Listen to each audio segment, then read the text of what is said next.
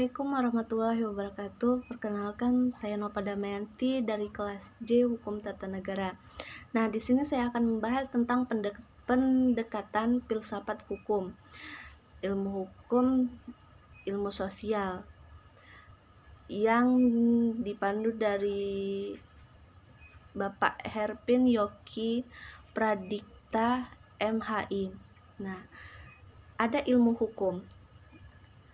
Ilmu hukum itu ada beberapa pendapat yang mengatakan bahwa karena filsafat hukum merupakan bagian khusus dari filsafat pada umumnya, maka berarti filsafat hukum hanya mempelajari hukum secara khusus, sehingga hal-hal non-hukum menjadi tidak relevan dalam pengkajian filsafat hukum.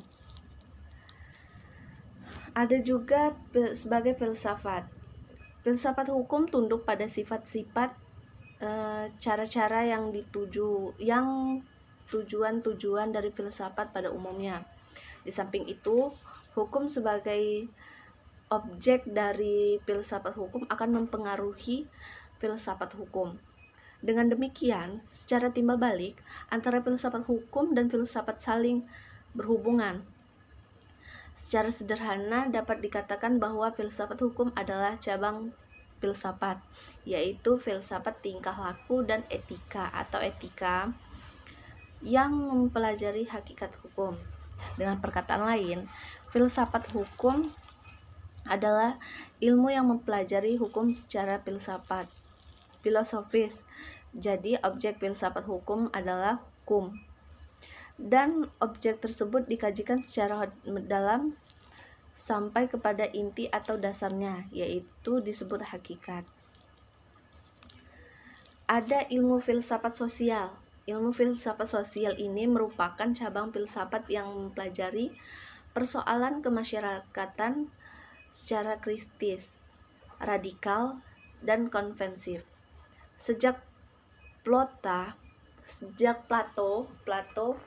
atau Aristoteles, kajian terhadap persoalan-persoalan kemasyarakatan sudah menjadi objek penilaian tersendiri.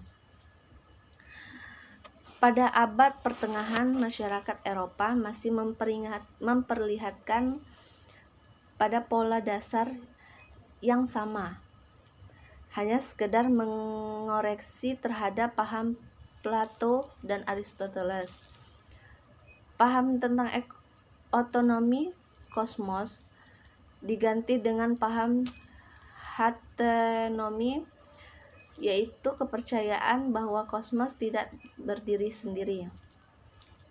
Adapun perubahan hukum dan sosial, yaitu proses terjadinya perubahan-perubahan pada masyarakat di dunia pada dewasa ini, merupakan suatu gejala yang normal yang pengaruhnya menjalar dengan cepat ke bagian-bagian yang harus dihindari di bagian dunia.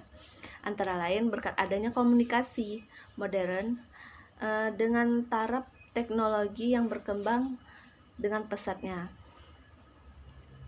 Penemuan-penemuan baru bidang teknologi, terjadi suatu revolusi, modernasi pendidikan, dan lain-lainnya.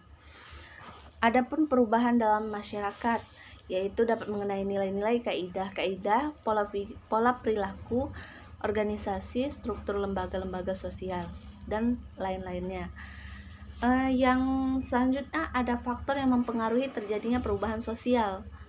Di sini pada umumnya terdapat dikatakan bahwa sebab-sebab terjadinya perubahan-perubahan sosial dapat bersumber pada masyarakat itu sendiri, dan ada yang letaknya di luar masyarakat tersebut, yaitu yang datangnya sebagai pengaruh dari masyarakat lain atau dari alam sekelilingnya. Sebab-sebab sumber dari masyarakat itu sendiri adalah antara lain bertambah atau berkurangnya penduduk, penemuan-penemuan baru, pertentangan, dan terjadi revolusi. Suatu perubahan sosial dapat bersumber pada sebab-sebab yang berasal dari luar masyarakat tersebut, misalnya sebagai alat yang berasal dari lingkungan alam, peperangan, pengaruh kebudayaan masyarakat lain, dan sebagainya. Baiklah, sekian penjelasan dari saya. Lebih dan kurangnya saya mohon maaf. Wassalamualaikum warahmatullahi wabarakatuh.